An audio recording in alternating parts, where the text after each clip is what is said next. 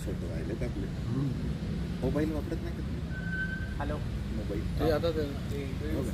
थोडं हातात घेऊन काय ते मी वापरतो. हा. चतुर्थीचा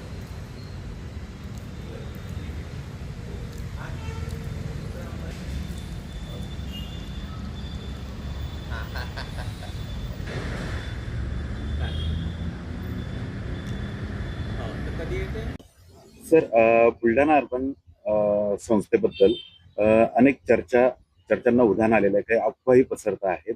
नेमकी परिस्थिती सध्या काय आहे? काय झालं, मराठवाड्यामध्ये ऊसतोड कामगार खूप मोठ्या प्रमाणामध्ये आहेत. हे ऊस तोड करायला बाहेर जातात.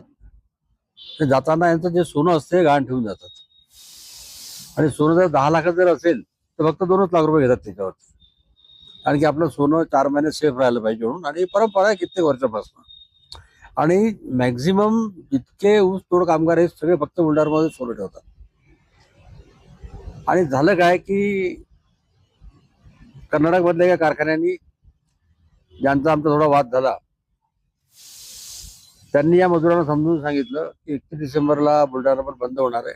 तुमचं 70,000 रुपयांनी सोनं ठेवलेलं आहे. बुलढाण्यामध्ये सोनं सगळं 1.5 लाख रुपये यांनी विकणार आहे. तुम्ही जाऊन तुमचं सोनं सोडून घ्या. मग त्या कारखान्याने काही लोकांना गाड्या करून दिल्यात आणि मग ते या ठिकाणी आलेत. आणि मग एकच झुंबड उडाली. मग लोकांना वाटलं काय झालं, नेमकं काय झालं.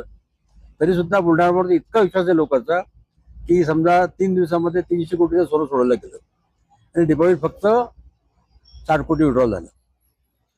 तेही गर्दी पाहून झालं लोकांचं. साधारण मध्यमवर्गीय लोक असतात त्यांनी काढले पैसे. परंतु ज्या शाखांवर ते रात्रभर सोन्याची डिलिव्हरी दिली, आपण शाखा बंदच केल्या नाही जोपर्यंत शेवटच्या घरात परत जात नाही, त्या शाखांवर काल परत 15-20 केसेस झाल्या नवीन.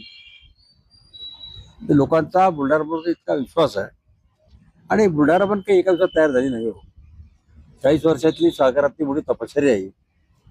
आणि एकमेव सहकारातली संस्था अशी आहे की जिथे 17 लाख सभासद आहेत आणि 16,000 कोटी ठेवी आहेत.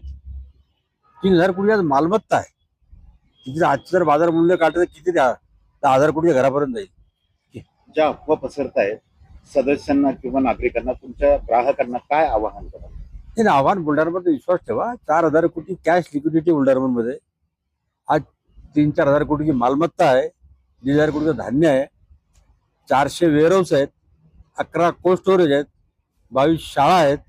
4 मोठे भक्त निवास आहेत. 3 अजून अयोध्या आणि पंढरपूरला 3 भक्त अजून तयार होत आहे. 6,000 कर्मचारी आहेत. शाळांमध्ये 70,000 विद्यार्थी आहेत. का लहान संस्था आहे का? इतक्याने काय होणार आहे संस्थेला? काहीच होणार नाही. आणि 2% ते NP आमचा फक्त. त्यामुळे संस्था एकदम स्ट्रॉंग आहे. चिंता करायचं काम नाहीये. आणि कुठेही डिपॉझिट थांबलं नाही, काही नाही, सगळं नियमित झालं. आज आम्ही मुद्दाम नको कोणाला मला सांगून आज रविवारी सुद्धा शाखा चालू ठेवल्या मराठवाड्यात. म्हटलं आज रविवारी पण शाखा चालू ठेवा जो कोणी द्यायचा. तर काहीच नाही अजून कोणी आलं. सगळं व्यवस्थित चालू झालेलं आहे. नाही, सगळं झालं. रेग्युलर व्यवहार सुरू झाले. डिपॉझिट यायला लागलेलं आहे. मी सांगितलं ना की ज्या शाखांवर ते लाईन लावून सोनं गेलं त्या शाखांवर काल 40, 20, 25, 30 केसेस झाले ना त्या शाखांमध्ये. याचा अर्थ काय? सगळं रेग्युलर आहे. म्हणजे पण हे आपली संघाची शाखा म्हणून ओळखल्या जाते, तरी पण असे याची अफवा पसरवल्या गेली. नाही, आम्ही सगळे संचालक संघ विचारसरणीचे आहोत. आणि मी तर संघाचाच आहे लहानपणापासून. त्यामुळे आमची शाखा शिस्तप्रिय आहे. सगळ्या गोष्टी आमच्या इथे एकदम नियमाप्रमाणे चालते. असं काही घडत नाही. नाही तर इतके लोक संस्थेमध्ये भेट द्यायला आले ते परदेशात नाही येतात ना.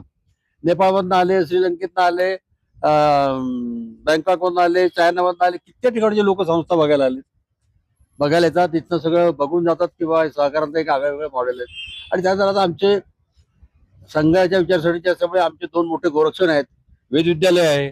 असे कितीतरी उपक्रम आहेत आमचे की जे आम्ही संस्थेच्या माध्यमातून राबवतो. म्हणजे आपण कल्पना करू शकणार नाही इतके सामाजिक उपक्रम हे आम्ही फक्त राबवतो. आणि हे फक्त आम्हाला जी संघाची शिकवण आहे सामाजिक उपक्रमाची, समाजात देणं, त्याचमुळे सगळं घडत असतं.